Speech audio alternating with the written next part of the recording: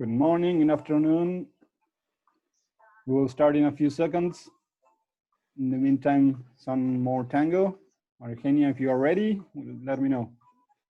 Okay, I can start. So, okay, let's start. Well, good morning, good afternoon, and good evening. My name is Maria Eugenia Mesosan, and I am in charge of the Sales and Marketing Department.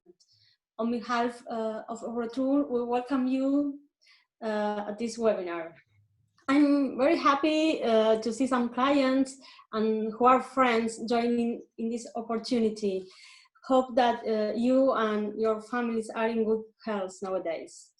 I am today with my colleagues Adele Clement and Juan Jose Hi, Lascano. everyone.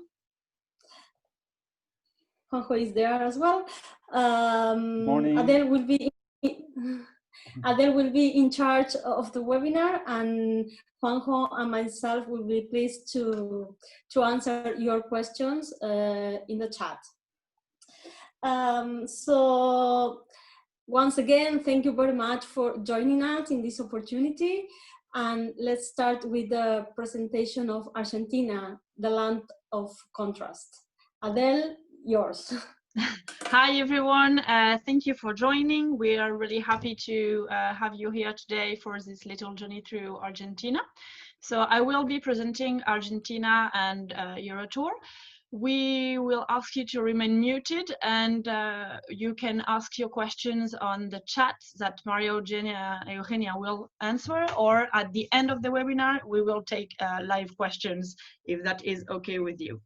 So I will, I will start by introducing Eurotour. Oh, sorry, yes. So Eurotour is an Argentinian DMC based in Buenos Aires since 1954. So it's been now 66 years that we are selling Argentina and South America to our clients. We have 4 local offices, one in Buenos Aires being the main office, 2 in Patagonia, 1 in Ushuaia and 1 in El Calafate, and 1 in Salta in the northwest region. We are really proud to have those offices as it allows us to have a local expertise and offers the best products to our clients. All of our staff are at least bilingual, and some of our staff speak Italian and also French. We have different specialized departments, FIT department, group, and MICE, and we have sales representatives all over the world to represent us with our clients. So this is a little map of the Argentinian kind of climates. Argentina is a very big country with an area of 1 million square kilometers and many different climates, allowing us to offer, to mix a lot of touristic attractions within our territory. The official language is Spanish and the currency is the Argentinian pesos. So Argentina is a wide land offering many different touristic attractions, cultural and historical attractions, nature and wildlife, active and adventure tourism, and of course, it is very famous for its gastronomy and its wines. I will start with the city of Buenos Aires. Buenos Aires is the gateway to Argentina. It's located on the banks of the Rio de la Plata. Let me show you on the map right here. How to reach Buenos Aires. Buenos Aires is the capital of Argentina, and the international airport is Ezeiza. You have direct flights from all these airlines, and from North America, great connection to South America, Europe, and Asia. Buenos Aires also have a local airport with national flights. It's located downtown. Here are some information about Buenos Aires. So as I was saying, Buenos Aires is the capital and main city of Argentina. It's a gateway to Argentina. So mostly passengers arrive and leave from Buenos Aires and then reach other destinations in Argentina through Buenos Aires. Buenos Aires has 4 seasons. So we have the winter, autumn, spring, and summer. And right now we are at the end of winter and spring is to come, and it is well connected to South America and the rest of Argentina. Visiting Buenos Aires is a great introduction to Argentina, its culture, its history. It's an artistic city, and it has a lot to offer in terms of gastronomic attractions and also sports.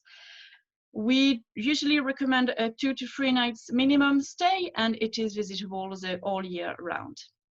I will present to you, this is a picture of the Eurotour team in front of the Obelisco, one of Buenos Aires emblems. I will present to you now the main tours in Buenos Aires for passengers who stay 2 to 3 nights in the city. So the most important one would be the city tour, of course, to get to know the city and its culture, its history.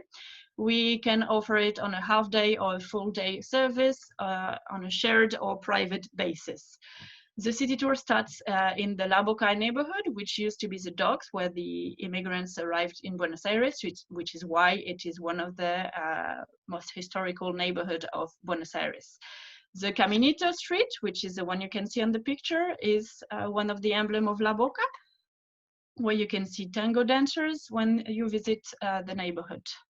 Then the city tour goes to the city center on the Casa Rosada. Casa Rosada is the presidential house in the city center, located on the Plaza de Mayo. Plaza de Mayo is a historical downtown epic center. It's a political center also.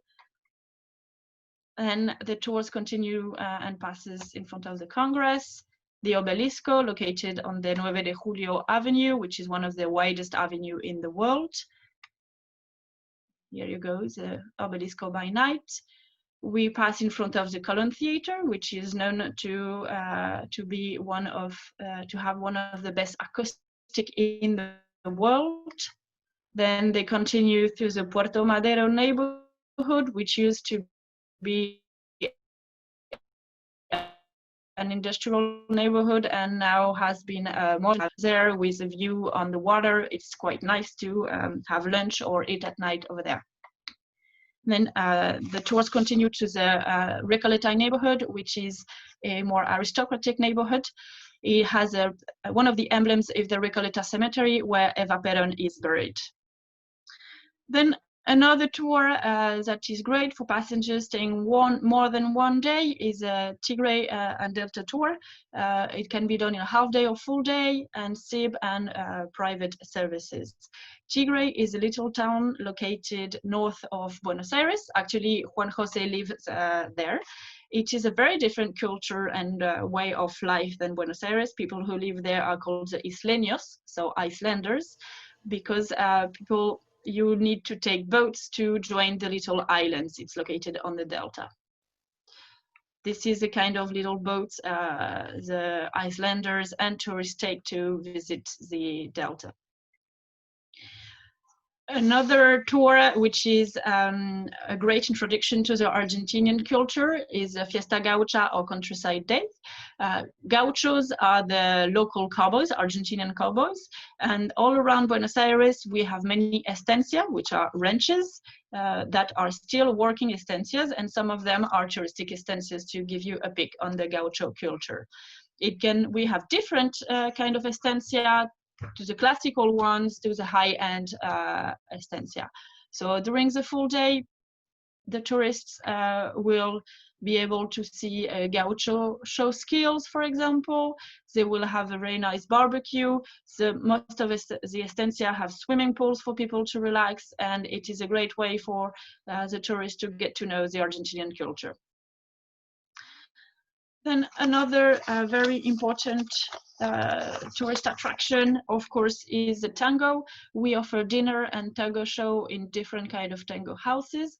It is a by-night service. It is 3 to 4 hours. It includes a dinner with a 3-course dinner and typical Argentinian meals, wine, beer, or soda, and then followed by a 1 hour and a half or 2 hours tango show. It can be done on a shared basis or private services with a guide accompanying the tourists. We have different kind of tango houses, from very classic to high-end tango house. This is Gala Tango, for example, or Rojo Tango, which is very famous. Buenos Aires, of course, has many to offers, many touristic attractions. It is quite famous for its passion and pride. We are really proud in Argentina. Football, some of you may know the Bombonera Stadium with the Boca Junior team, very famous thanks to Maradona. We also host each year the World Cup of Polo, Tango World Cup, and you can have some horse races in Palermo to watch. So it is a great destination for people seeking this kind of sports. It is also a great destination for the gastronomical tourism.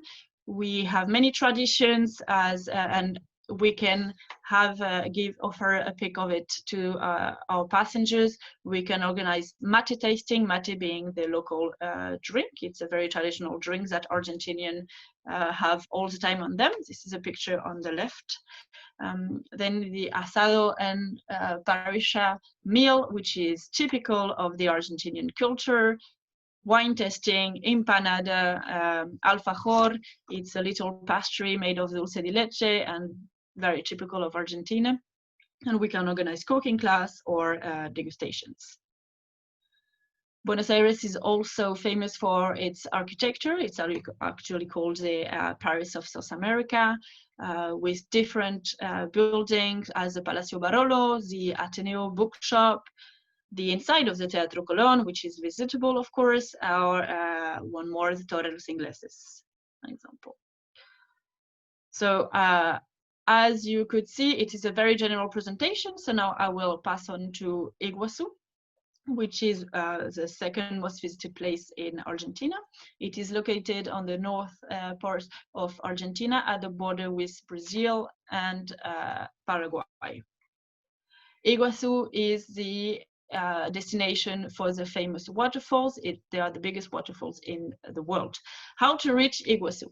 You have two airports, one on the Argentinian side called Puerto Iguazu, very well connected with Buenos Aires, Salta, Córdoba, and Mendoza. And then you can reach Iguazu from the Brazilian side, Foz do Iguazu, and it's well connected with Sao Paulo and Rio de Janeiro, and you also have a direct flight from Lima, Peru. So as I was saying, Iguazu is at the border with Argentina and Brazil. It has a warm and tropical climate, and it's well connected to Argentina's main destination, Brazil and Peru. The main attractions are the Iguazu waterfalls, of course, which were declared World Heritage by the UNESCO, and the Jesuit ruins of San Ignacio. We do recommend a 2 nights minimum stay in Iguazu to enjoy most of its attractions, and it is visitable all year round. This is a map of both national parks. On the left side, you have the Brazilian National Park, and on the right side, you have the Argentinian National Park. So as you can see, the Argentinian National Park is wider than the Brazilian, and the two are quite complementary. We often get the question that which side should they visit. We recommend to visit both, as the two are very complementary on the term of the view and landscape they offer. When arriving on the Argentinian side, they arrive at the visitor centers here on the right.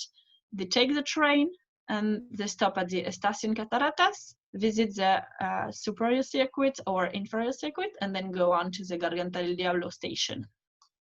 I will show you some pictures. So the main tours. Full day Argentinian side, they can be done on a shared or private basis. It is a 6-hour tour, and they visit the Argentinian catwalks. So here you can see the Garganta del Diablo, and on top you can see the catwalks going to the Garganta del Diablo. This is a picture from the inferior circuit, so it goes down the waterfalls. Another picture of the superior circuits, another one, and here the Devil's Throat. So you are on top of the Devil's Throat, which is quite impressive. This is a picture of the catwalks going to the Devil's Throat. There you go. To the Argentinian full day tour, it can be added a little boat ride. It is optional. It's called the Great Adventure. It goes, they go take a 4x4 vehicle, go through the jungle, and then embark on a little boat that will take them at the foot of some of the waterfalls. It is a nice experience to enjoy the waterfall differently. Then on the second day or on the day of arrival, we recommend to do the Brazilian side. It is a half-day tour. It takes 3 hours. It can be done in shared or private service.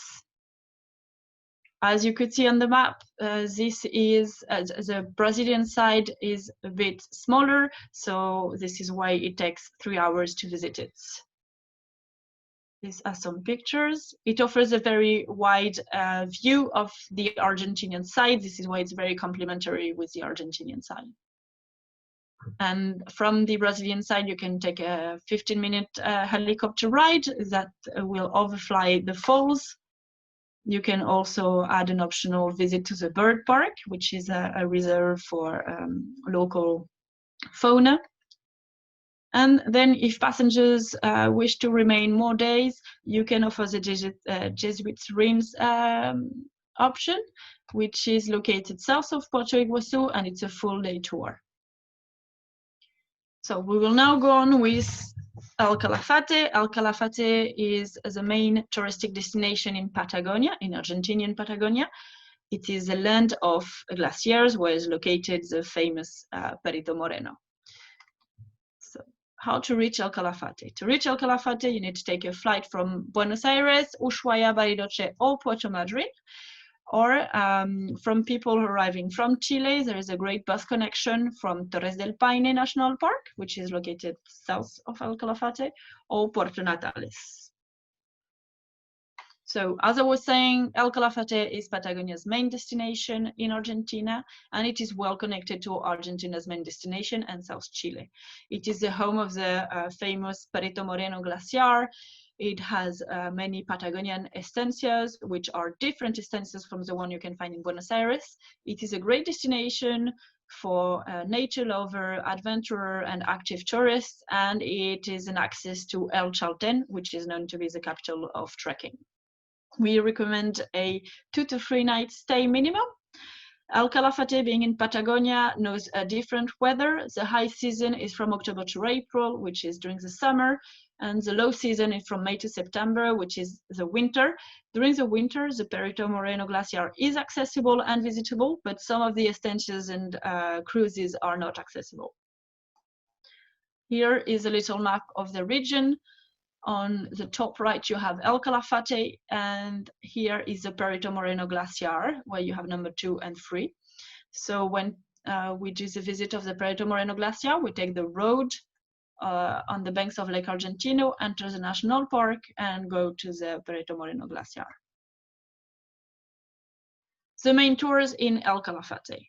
Of course, the full day Perito Moreno that you will visit during a whole day, the glacier, and explore the catwalks. It can be done on shared or private services, and it operates all year round. So you have different views of the glacier. Here is a picture with a part of the catwalks that passengers can explore. And as you can see, you really are in front of the glacier, and it's quite impressive. To the full day Perito Moreno, we can add a safari nautico boat trip. It is optional. It is a 2 hours boat trip going to the south wall of the Perito Moreno. Then, as an alternative for more active tourists, we offer the mini trekking. It's a full day tour. You take a boat, join the glacier, and have a little walk on the glacier. It operates from August to June, and it can be operated on a shared basis or a private basis. And then for more active people, we can offer the big ice. They spend more time on the glacier and go further down the glacier. Now I will present to you some of the famous boat trips in El Calafate. We recommend to do one of the boat trips on the second day they have. There are many different cruises, so it is important to know the difference between them. I will present only 3 different cruises today because it is a very general presentation, but know that we have more to offer, and just ask us if you have any questions. So this is one of the most classical one, the all glaciers navigation. It is a full day navigation. They go to the Punta Bandera port and they embark on the boat. They will visit the Speghettini Glacier and Uppsala Glacier from far away. Here are some pictures. Then you have the Glacier Gourmet navigation. The Glacier Gourmet offers a very nice gourmet lunch on board the boat, which is quite a nice experience. And this navigation goes from the Speghettini Glacier and then comes in front of the Perito Glacier. It operates all year. Here is some pictures. Then we have little cruises, 1 or 2 nights cruises, which is called Santa Cruz Cruise, Spirits of the Glacier. It operates from September to April, and it can be a very nice product for high-end passengers. They will explore the lakes and rivers near the glacier and go from glacier to glacier. Let's see, with a hop-on, hop-off itinerary. Then I will start with the Estancia. The most famous one in El Calafate is Estancia Cristina. It is located north of the National Park Los Glaciares, and it is reachable only by boat.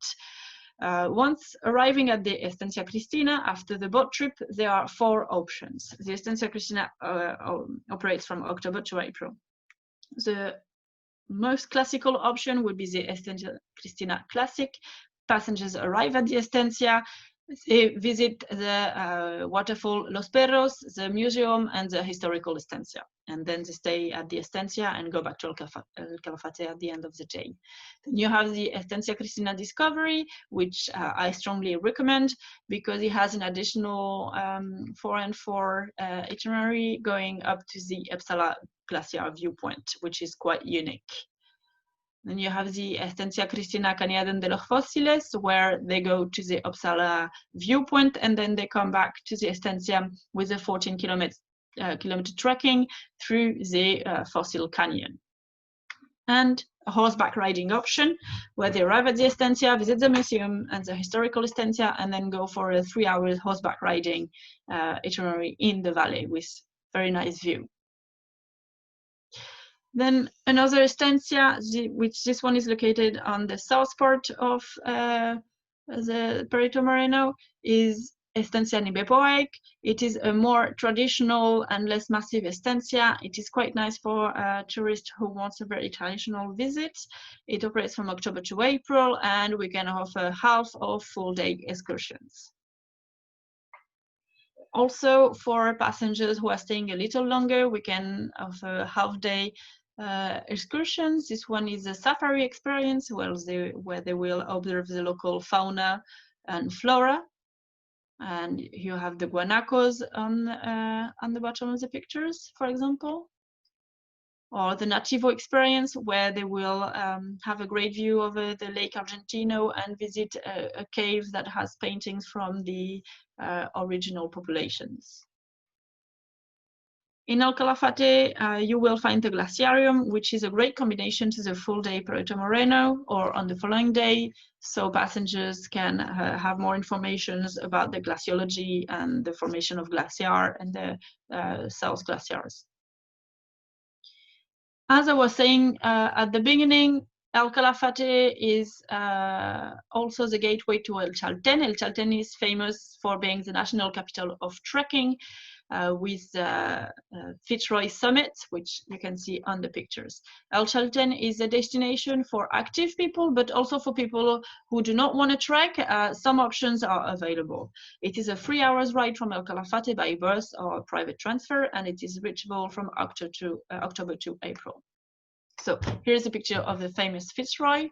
You have different treks that take you with great views of the Fitzroy. This one is one of the most famous one, Laguna de los Tres. It is quite demanding. Then you have the Chorizo del Salto trek, for example, which is way less demanding. It's a 3 hours hike with almost no difficulty. Here is a nice trek you can do in El Chaltén, Caliero Glaciar, for example. Or for people who have more time in El Chaltén, we recommend the Lago del Desierto, which includes a little boat ride on the lake and a great view on the Fitzroy. El Calafate with its estancia has a very good gastronomical offer, and the famous asado patagónico, which is famous for its lamb meats. I will continue with Ushuaia. Ushuaia is located at the extreme south of the continent and of Argentina. It is famous for being the end of the world, and it is a great combination to El Calafate when visiting Patagonia. So Ushuaia, end of the world. Here is a map of Tierra del Fuego region. So as you can see, Ushuaia is located at the south and at the border with Chile. How to reach Ushuaia? Ushuaia National Airport has daily flights from Buenos Aires, El Calafate, and Puerto Madryn, so it's well connected to Argentine Patagonia. Or you can reach Ushuaia by bus when you leave from Punta Arenas in Chile. Ushuaia is the city, it is the gateway to Antarctica. Many cruises leave or arrive in Ushuaia, combining with Chile and Antarctica. It has the Tierra del Fuego National Park, and it is a very good touristic attraction for its wildlife, as we host penguins and sea lions colonies. It has a historical prison, and it also is a winter sport resort, as most of the national team, skiing national team in Europe go to train in Ushuaia during our winter, which is in June, July, and August. We recommend a 2 to 3 nights minimum stay, and the high season is from October to April in the summer, and low season is from May to September. But it is visitable all year round. The main tours in Ushuaia. So of course, the Tierra del Fuego National Park, it is a half-day visit, can be done in shared or private service, and it operates all year round. Here is a little map of what passengers visit. They leave Ushuaia, they arrive at National Park, they can choose to take a little train ride. It is optional, it is a 1 hour train ride, and then they arrive at the Bahia Ensenada, visit the Bahia Ensenada, go to the Lago, and then the Bahia La Pataya. Here are some pictures.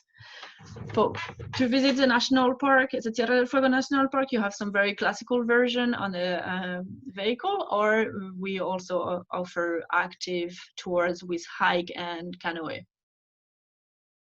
This is a picture of the train to the end of the world. This train used to be for the prisoners in Ushuaia who took the train from Ushuaia to go to the national park, which was not a national park at this time, and to cut wood.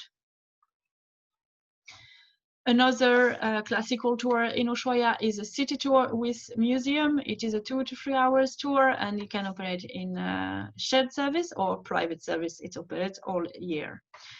They visit the city and they visit the Presidio Museum, which is the historical prison, and the End of the World Museum, where they learn more about the local shamans, which used to be the people who lived in Ushuaia.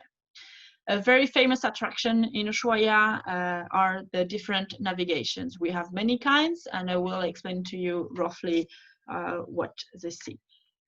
So the Beagle Channel navigation is the classical version, where they will take the boat from Ushuaia, go to the Sea Lion Islands, and to the Faro Los Eclaireurs, and then go back to Ushuaia. It operates all year, and it is 2 to 4 hours navigation according to the option. Then you have the navigation that includes the penguins sightseeing. So they will take the boat. I will come back to the map. Here you go. They will take the boat from Ushuaia.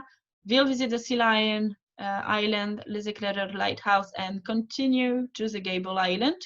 And according to the navigations they have chosen, they will go to Martillo Island, where the penguins are, and Estancia Haberton. So there are different cruises including the Penguins. Some of them do not include a descent on the Marticho Islands. Some of them do include it, where passengers can walk amongst the penguins.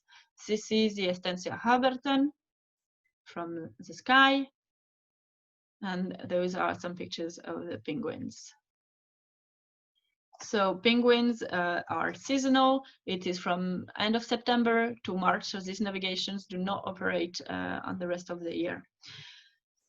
As I was saying before, Tierra del Fuego offers a very wild and unique landscapes. For passengers who are staying more than 2 nights, we can offer a different kind of tours, which are quite different from the Beagle Channel navigation and Tierra del Fuego National Park. We have, for example, the 4 and 4 Lakes off-road, where they take a vehicle and go into the forest off the beaten tracks and visit 2 of the big lakes of the Tierra del Fuego, Fagnano and Escondido Lake. It operates all year. You have a summer and a winter versions, for example. We also offer many kind of treks. The most famous one would be the Laguna Esmeralda trek. It takes a full day. It operates all year. This is the view you have of the Esmeralda trek. There are many other treks, of course. And the local gastronomy is the famous Santosha. It is a big crab that you can fish and then taste in Ushuaia. Then I will continue with now the north of Patagonia, which offers a very different landscapes and culture. So Bariloche is one of the most famous destinations of North Patagonia. It's located here at the border with Chile. It is famous for being the lakes region. How to reach Bariloche? Bariloche has a national airport, and you have daily flights from Buenos Aires and El Calafate. Or you can, when you arrive from Chile, you can take a bus from Puerto Varas, which is located right here. And in a one-day bus ride, you are in Bariloche. Bariloche is located on the North Patagonia, and it is a great destination to combine with the Chilean Patagonia. It is famous for being the lake region. It is a historical and adventure destination, and it also is a winter sport resort. We usually recommend a 2 to 3 nights minimum stay to really enjoy the region. And we have 2 different high seasons in Bariloche, in the summer from November to March, and in the winter for the winter sport resort from June to August. Here are some of the main tours. Here's a map of the main tours. Bariloche being here, we have the small circuits. I will show you some pictures later, where you go on the banks of the Nahuel Huapi Lake. You visit the Xiao Xiao Peninsula, come back, and the Cerro Campanario hill, where they ascend the hill. Then we have the Great Circuit going north. They take the Valle Encantado here, Villa Traful, and they come back through Villa Langostura and part of the Seven Lakes Road. I will show you some pictures. So this is a small circuit. The Peninsula Xiao Xiao, the Civic Center, and this is a view of the Campanario Hill. Then the Great Circuit, this is a picture of the Villa Traful Lake. It operates all year. This is a picture of the Valle Encantado, where they pass by before arriving to Villa Traful. Another classic touristic attraction is Victoria Island, which is located in the Nahuel Huapi Lake. You have to take a boat to get there, and the Arrayanes Forest. It's a full day excursion and it operates all year. This is a picture of the Isla Victoria. Another attraction is San Martín de los Andes. It is a little mountain village located north of Bariloche. And to reach this village, you have to drive by the very scenic Seven Lakes route. It is a full day tour, passing by these 7 lakes, arriving in San Martín de los Andes, and then they come back to Bariloche. So, lake crossing to Chile. This is a very nice attraction and tour that we strongly recommend to combine Chile and Argentina. It operates all year and it is a full day excursion. It can be also done in 2 days and 1 night. Here is a map of the itinerary. They leave San Carlos de Bariloche by bus. They embark in Puerto Pañuelo on the little boat. They go to Puerto Leste. Then they can spend the night in Puerto Vélez or continue until Puerto Frias, take a bus to Peusha. We are already in Chile here, and then take another boat trip to Petrohue and in Puerto Varas.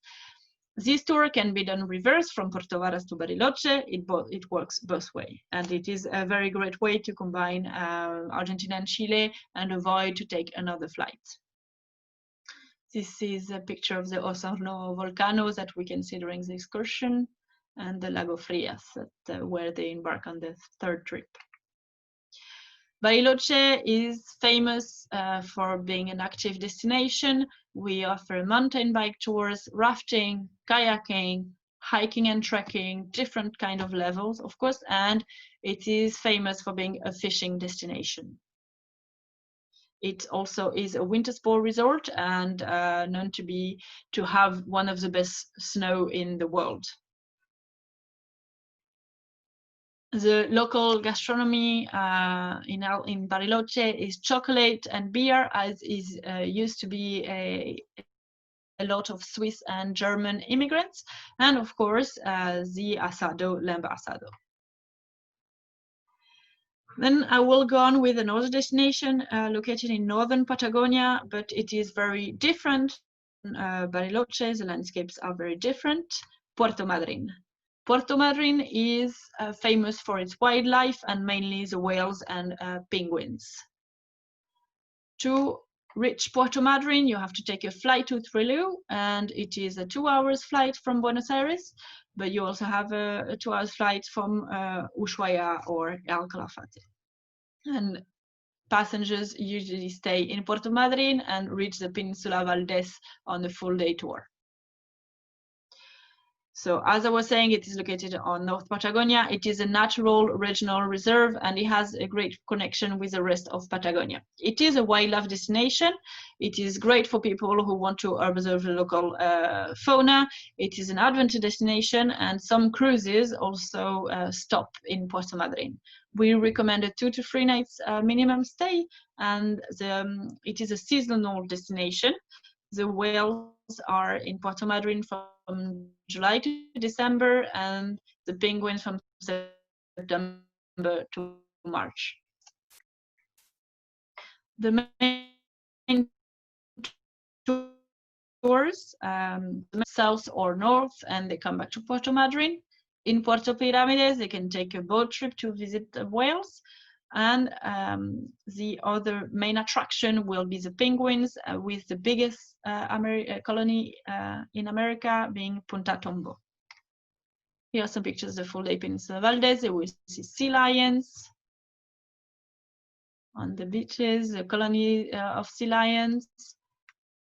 This is the San Lorenzo Estancia Rookery, located on the north of the peninsula.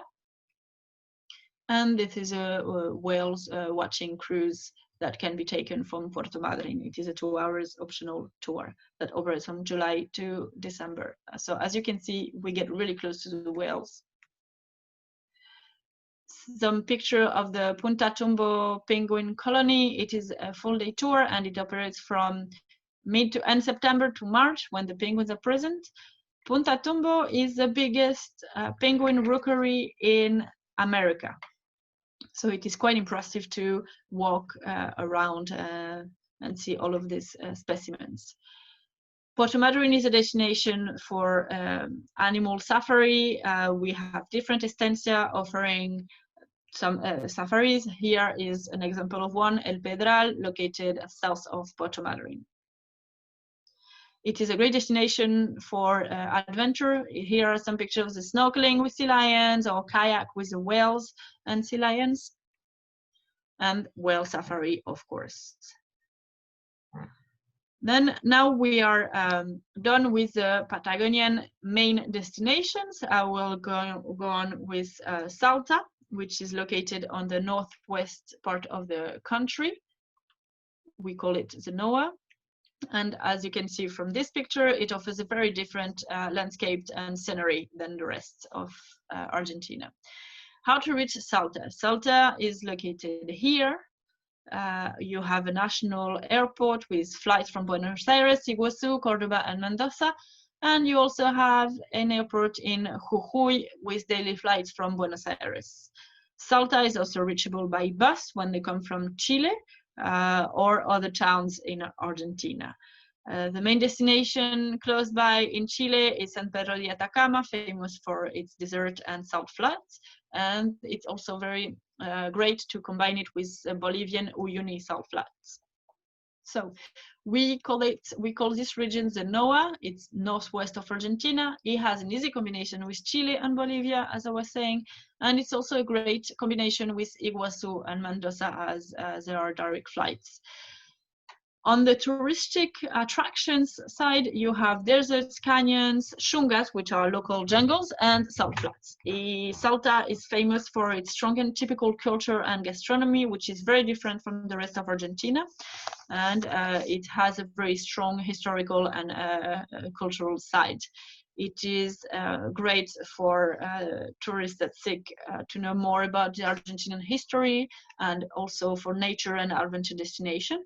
And also the region, the south of Salta, offers great wine production, famous for the Torrontés production. As it is a very big and wide region, we recommend a 3 to 4 nights minimum stay, and it is a destination that can be visited all year round, taking into account that from December to March it is a rainy season. I will come back to the map to explain a bit more. So Salta is here, and we usually like to divide the region from south to north for the visits.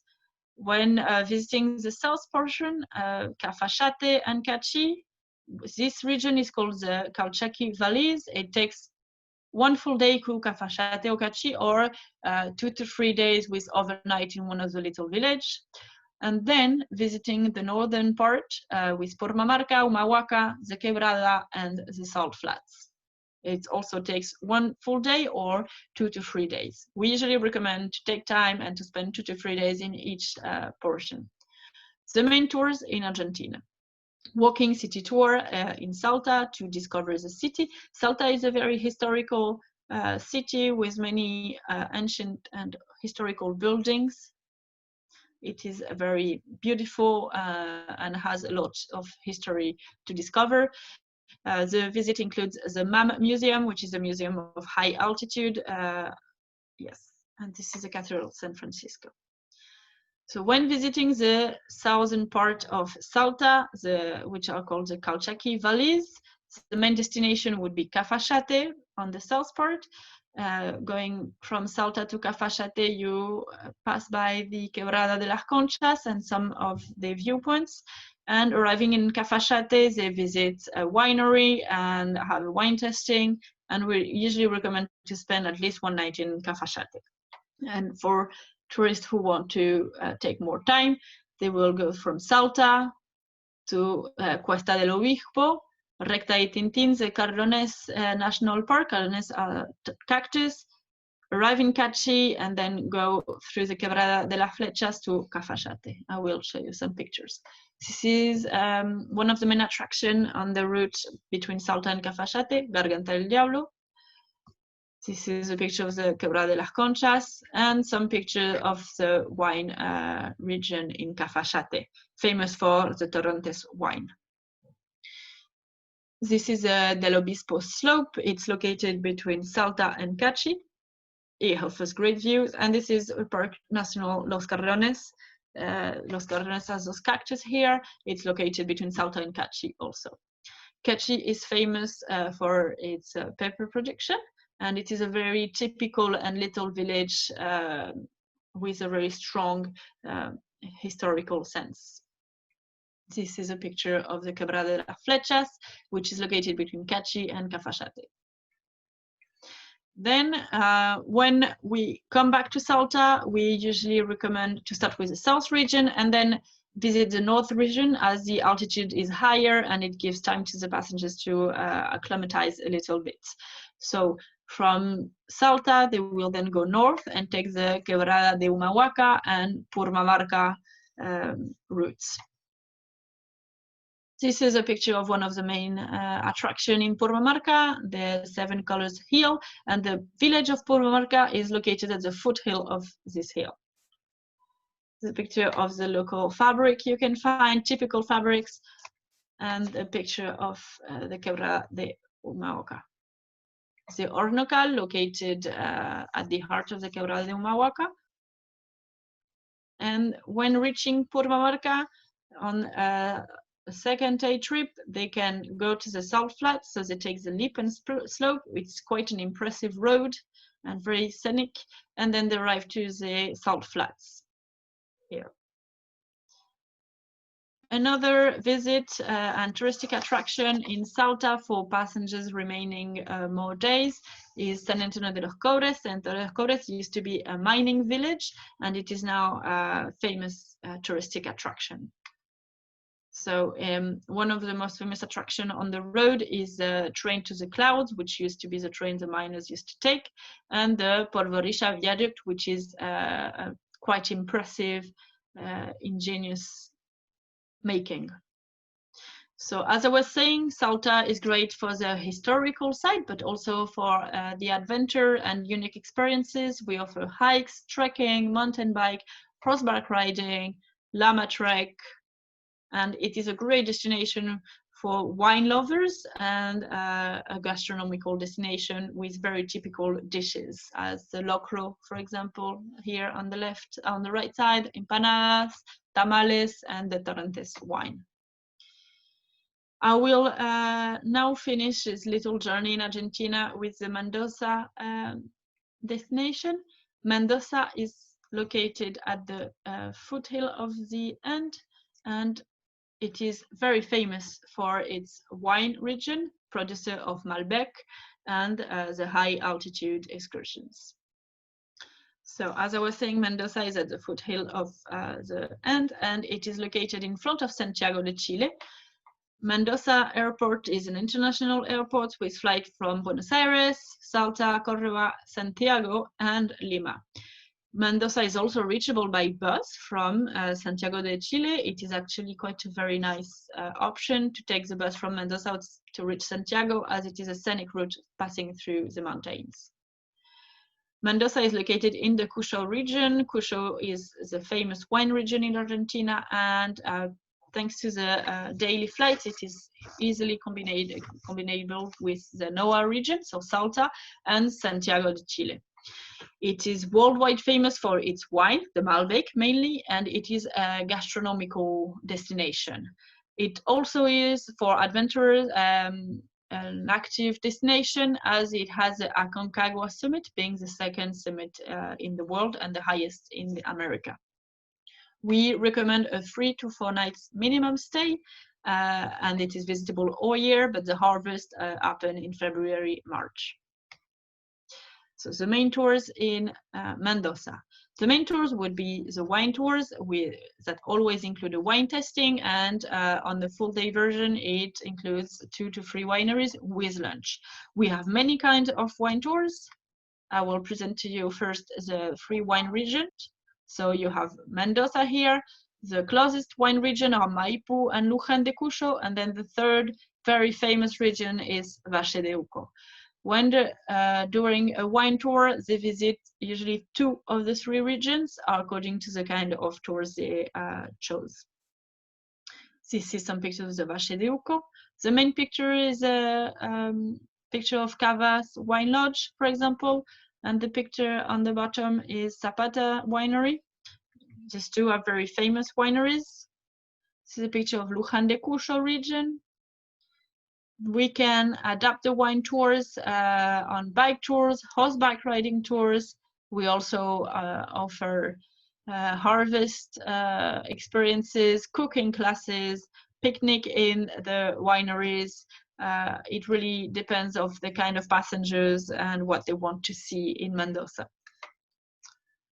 It is a destination famous for its gastronomy, and Mendoza has many worldwide famous chefs, as Francis Lallen, for example.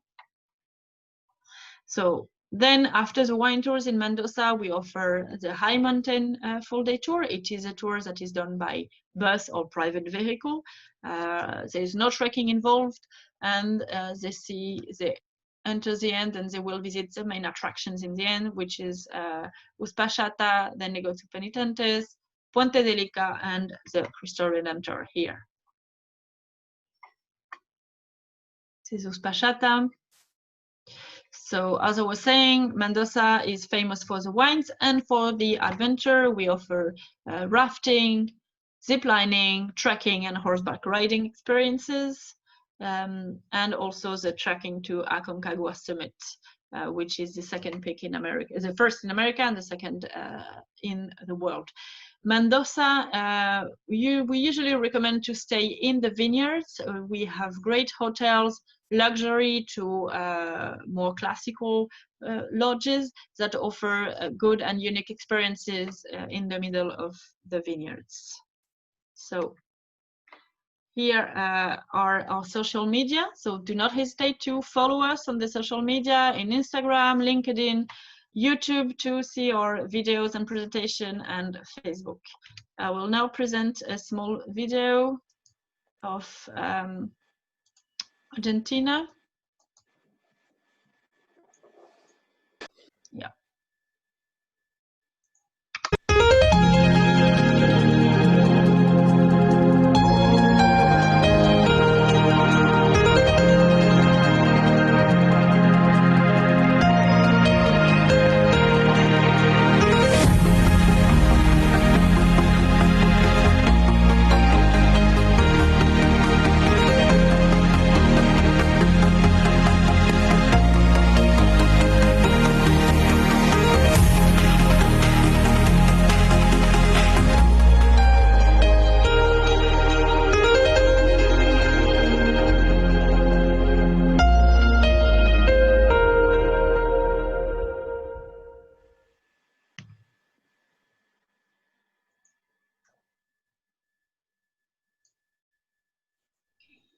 So thank you everyone for being here. Does anyone have any question? We can open the microphones if you want to.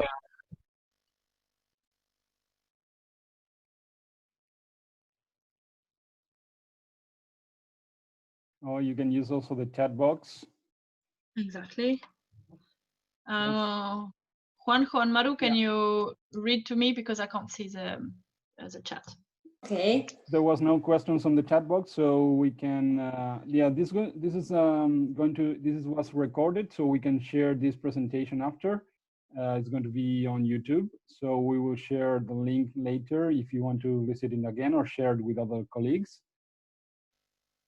And, exactly. Thank you for joining today. Yes, as you can see, very much. It was a very general presentation of Argentina. I know some of our oldest clients already know, and if any one of you need a more specific introduction to one of the destinations or destination we didn't talk about, feel free to contact us and we can organize it. Thank you very much once again, in the name of on behalf of Eurotour, to joining us today. Yes. Thank you. Thank you. Pero renacerá.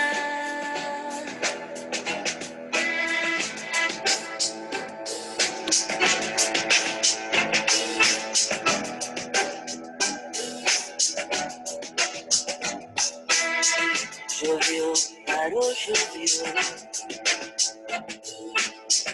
y un chico adivinó.